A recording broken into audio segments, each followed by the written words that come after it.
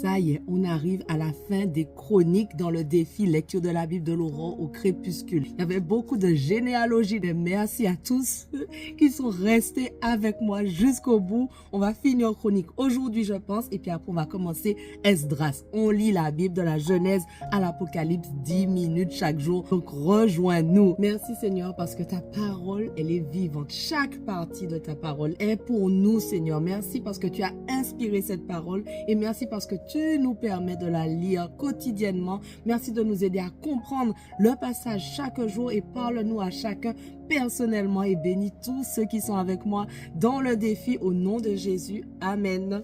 Alors, on continue donc 2 Chroniques 35, verset 5.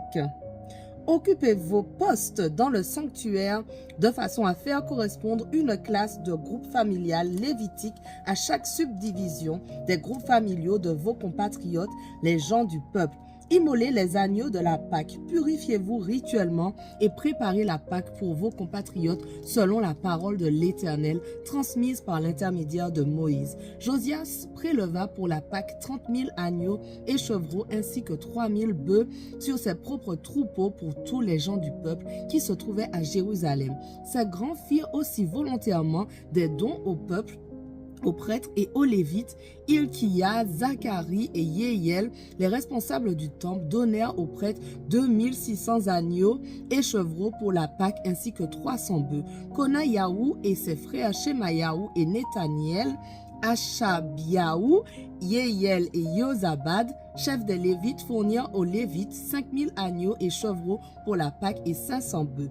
Voici comment la cérémonie fut organisée. Les prêtres se tinrent à leur poste et les Lévites étaient répartis selon leur classe conformément aux ordres du roi.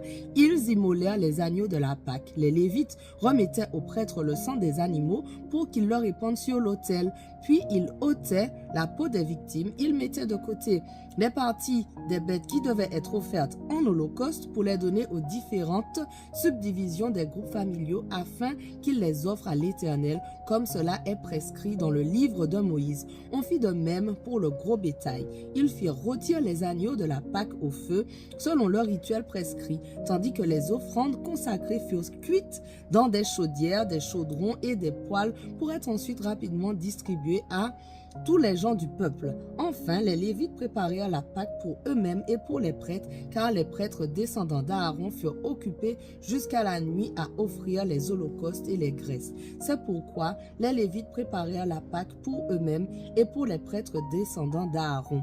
Les musiciens descendants d'Azaph étaient à leur poste selon les directives de David, d'Azaph, d'Éman et de Yédoutun. Le prophète du roi, les portiers aussi étaient à chaque porte. Ils n'eurent pas à interrompre leur service car leurs collègues lévites firent les préparatifs pour eux.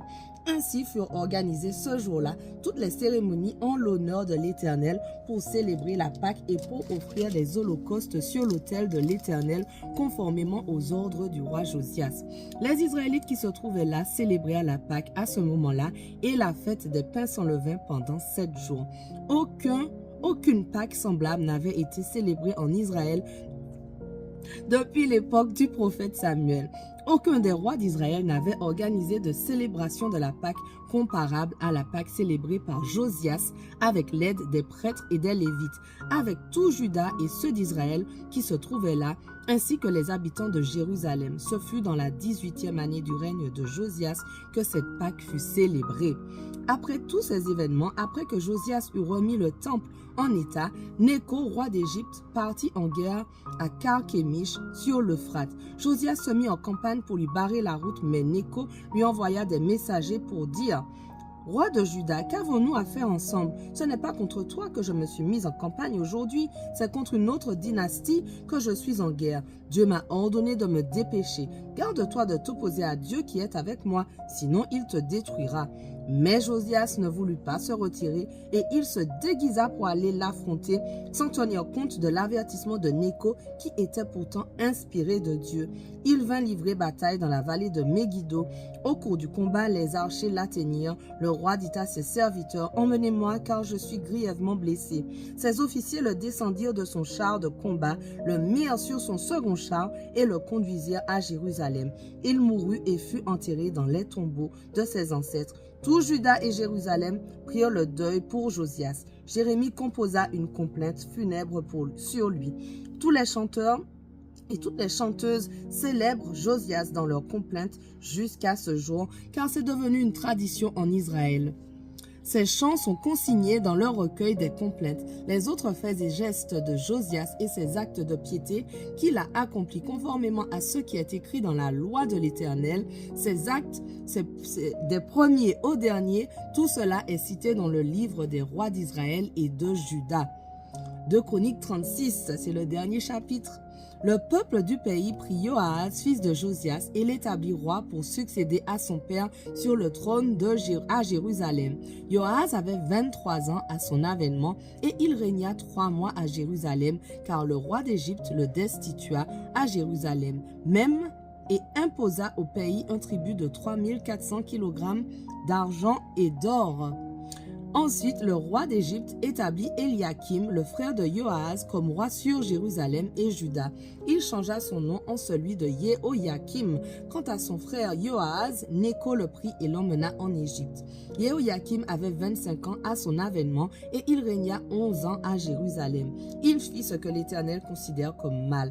Nabuchodonosor, roi de Babylone, lui fit la guerre. Il le fit lier avec une double chaîne de bronze et l'emmena à Babylone. Nabuchodonosor emporta à Babylone une partie des objets du temple de l'Éternel et les plaça dans son palais à Babylone. Les autres faits et gestes de Yehoyakim ainsi que les pratiques abominables auxquelles il s'est livré et ce qui lui est arrivé, tout cela est cité dans le livre des rois d'Israël et de Juda. Son fils Yehoyakin lui succéda sur le trône. Yehoyakin était âgé de 18 ans à son avènement et il régna 3 mois et 10 jours à Jérusalem. Il fit ce que l'Éternel considère comme mal. Vers la fin de l'année, au printemps, le roi Nabuchodonosor envoya son armée pour le prendre et l'amener à Babylone en même temps que les objets précieux du temple de l'Éternel. Il établit Sédécias, un parent de Yehoyakin, comme roi de Juda et de Jérusalem.